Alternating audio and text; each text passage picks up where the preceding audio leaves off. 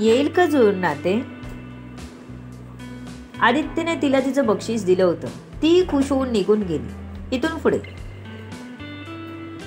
शिवला अजून जाग नव्हती, कारण रात्री उशिरा झोप लागली होती. मितालीने त्याला स्वतःच्या बाजूला झोपूच दिलं नव्हतं. एवढा बॉसचा खास माणूस आज पहिल्यांदा खाली झोपला होता. त्याला सवय नव्हती खाली झोपायची. त्याला कितीतरी वेळ झोपच येत नव्हती. तो फक्त मितालीकडे बघत होता. एवढा मोठा बेड, त्यावर फक्त एकटी मिताली. आरामात तोही झोपू शकला असता, पण मितालीने त्याला बेडवर पाऊलच ठेवू दिलं नव्हतं. तुम्ही इथे झोपलात तर मी खाली झोपेन, असं म्हणाली ती. मग शिवचा नाईलाज झाला. तिला खाली झोपायला सांगण्यापेक्षा मग आपणच झोपलेलं बरं. पण आयुष्यात पहिल्यांदा तो असं खाली झोपला होता. कधीतरी मध्यरात्री झोप लागल्यामुळे सकाळी जागच नव्हती त्याला. मितालीला कामावर जायचं होतं, त्यामुळे ती सकाळीच तिचं सर्व करून शिवला नाश्ता बनवून स्वतः डब्बा घेऊन कामाला निघूनही गेली. शिवला उठवायला कोणीच नव्हतं. सर्वंट होते, पण ते काही शिवला उठवणार नव्हते. चांगली सूर्याची किरण तोंडावर घेऊन झोपला होता. एरवी खाटकूट झालं तरी जाग असायची त्याला, पण आज नव्हती त्याला. फोन वाजला तसा जागा झाला. अरे बापरे, घड्याळात बघितलं तर सकाळचे 10:30 वाजले होते. असं कधीच झालं नव्हतं की तो इतका वेळ झोपला. त्याने पटकन कॉल रिसीव्ह केला. हॅलो, शिव म्हणाला. शिव, तू अजून झोपलायस? आदित्यने विचारलं. बॉस, रात्री लेट झोप लागली, शिव म्हणाला. म्हणजे मिताली आली म्हणून का? आदित्य म्हणाला. बॉस, तसं नाही, पण मला खाली झोपायची सवय नाही ना, त्यामुळे लवकर झोप नाही लागली, शिव बोलून गेला. काय? तुला तुझ्याच घरात खाली झोपायला सांगितलं तिने? आदित्य मनापासून हसला. बॉस, शिवला पण काय हे पटकन बोलून गेलो असं झालं होतं. शिव, ऑफिसला ये, मी पोचतोय ऑफिसला, आदित्यने विषय बदलत म्हणाला. ओके सर, शिव लगेच उठतच म्हणाला. त्याने फास्ट सगळी कामं केली. मितालीने केलेला नाश्ता खाल्ला आणि ऑफिसला पोहोचला. आदित्य आपल्या गाडीकडे आला तर त्याला त्याचा ड्रायव्हर बदललेला दिसला. ड्रायव्हरचा फोटो काढून शिवला त्याने मेसेज करून विचारलं, हा कोण आहे? सर, सध्या तो तुमचा ड्रायव्हर आहे, बाकी ऑफिसमध्ये आल्यावर बोलू, शिवने मेसेज केला. ओके म्हणत आदित्य गाडीत बसला. आदित्यचे डॅड ऑफिसला बसले होते. त्यांना अपेक्षित नव्हतं आदित्य एवढ्या लवकर ऑफिस जॉईन करेल असं, पण त्याला बघून स्वतःला त्यांना बरं वाटलं होतं. कारण खूप दिवसांनी ते ऑफिसला येत होते, त्यामुळे कोणीच नसताना सगळं जाणून घ्यायचं आणि निर्णय घ्यायचे त्यांनाही आव्हानच होतं. पण त्यांनी ते लिलया पेललं होतं. आदित्य जाऊन समोरच्या खुर्चीत बसला तर शिव नुकताच आला होता. तो उभाच राहिला. शिव, तू मला विचारल्याशिवाय ड्रायव्हर का बदललास? आदित्यला राग आला होता. त्याचे ड्रायव्हर काकांशी एक वेगळाच बॉन्ड होता. बॉस, मला तुमच्याशी ह्यावर बोलायचंच होतं, पण तुमची तब्येत ठीक नव्हती ना, म्हणून मी बोललो नाही, शिव म्हणाला.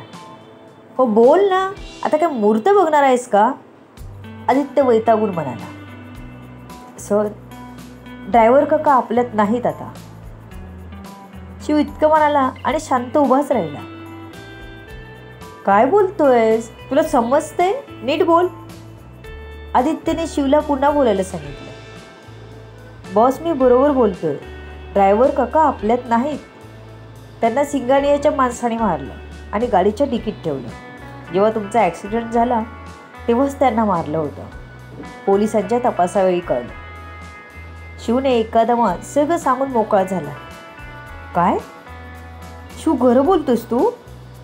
साला सुजी, दुश्मनी करायची माझ्यासोबत कर ना म्हणावं.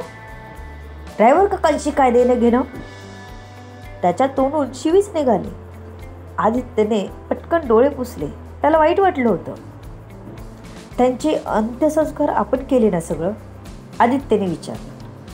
बॉस, मी खर्च दिला तुमच्या वतीने आणि त्यांच्या मुलाच्या शिक्षणाची जबाबदारी घेतली. आपण तो इंजिनिअरच्या शेवटच्या वर्षाला आहे. US ला जायचं आहे त्याला. त्याची जबाबदारी आपण घेतली.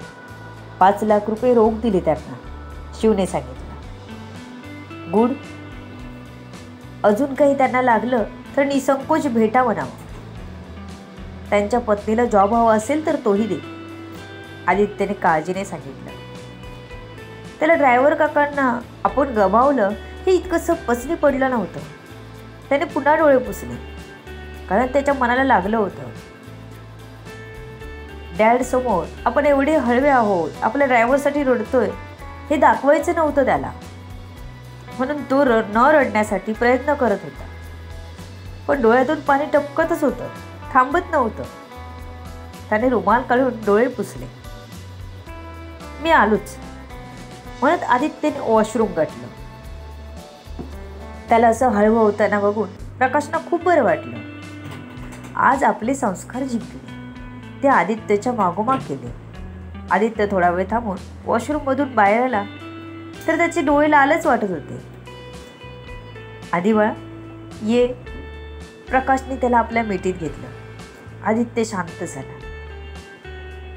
ॲक्सिडेंट झाल्यापासून त्याला एक नवीन प्रॉब्लेम झाला होता. त्याला एखादा विषय खटकायचा आणि मग त्याचाच सारखा विचार आणि राग येत राहायचा. मग त्यात त्याला स्वतःलाही त्रास व्हायचा.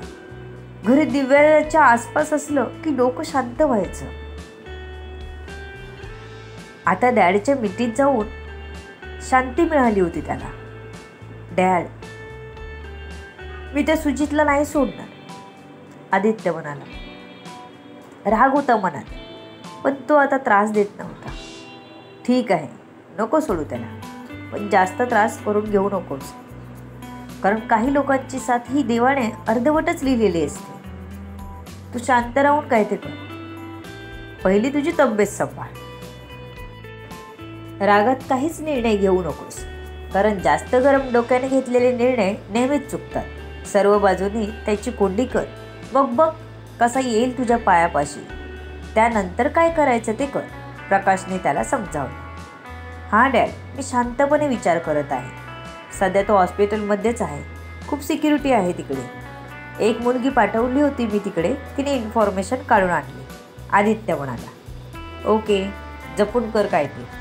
चल, आता खूप कामं आहेत. रडत बसायला तुझ्याकडे वेळ नाही. कंपनी तुझ्या जीवावर चालते आणि इथले एम्प्लॉई तुझ्या विश्वासावर कामाला येतात, तेव्हा आपल्याला उभं राहण्याशिवाय पर्याय नाही, प्रकाश त्याला थोपटत म्हणाले. तसं आदित्य त्यांच्यापासून लांब झाला आणि परत ऑफिसमध्ये येऊन लॅपटॉप ओपन केला. डॅड त्याच्या मदतीला थांबणार होते.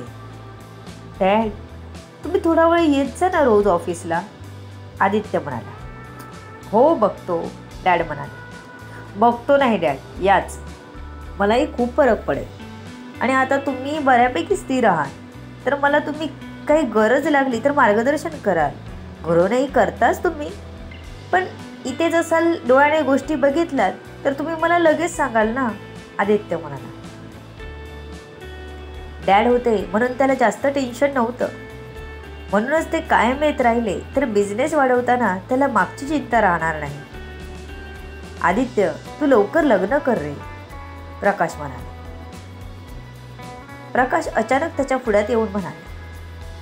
डॅड, मी करणारच आहे लग्न, पण त्याआधी दिव्या तयार होऊ दे लग्नाला, आदित्य म्हणाला. दिव्या काय म्हणते मी विचारतो तिला आजच, प्रकाश म्हणाले. ठीक आहे, आदित्य म्हणाला. तो विचार करत होता मॉमच्या प्लॅनबद्दल यांना सांगावं की नाही. आदित्य, काय झालं? बोल, काय बोलायचं असेल तर, प्रकाश म्हणाला. मॉम दिव्याविरुद्ध एक घाणेरडं प्लॅन करत आहे. मला कळत नाही तिला कसं थांबवू. दिव्याला फुकटचा मॉम का त्रास देते हे कळत नाही. कोणाच्या सांगण्यावरून का वागायचं असं, आदित्य हतबल होत म्हणाला. काय, नीता असं प्लॅन करते? अरे पण ती तर घरातच असते, अजिबात बाहेरही जात नाही किंवा कोणाशी फोनवर बोलतानाही दिसत नाही. मी तिच्यावर डोळ्यात तेल घालून लक्ष ठेवतोय, प्लस तिच्यावर नजर ठेवायला एक माणूसही ठेवला आहे. तरीही ती प्लॅन करते. काय आहे तिचा प्लॅन आणि तुला कसा कळला? प्रकाशने जाणून घ्यायच्या उत्सुकतेने त्यांना विचारलं. आरवने सांगितलेली सगळी माहिती आदित्यने प्रकाशना सांगितली. त्यांनाही नीतांचा प्लॅन ऐकून शॉकच बसला. To be continue. बघू पुढे काय होतंय. सर्व गोष्टी कळण्यासाठी RP व्हायरल फीवरवर पुढील येणारे भाग वाचायला आणि ऐकायला विसरू नका. तुमच्या अमूल्य प्रतिसादाची आतुरतेने वाट बघते. लेखिका शब्दवेदी.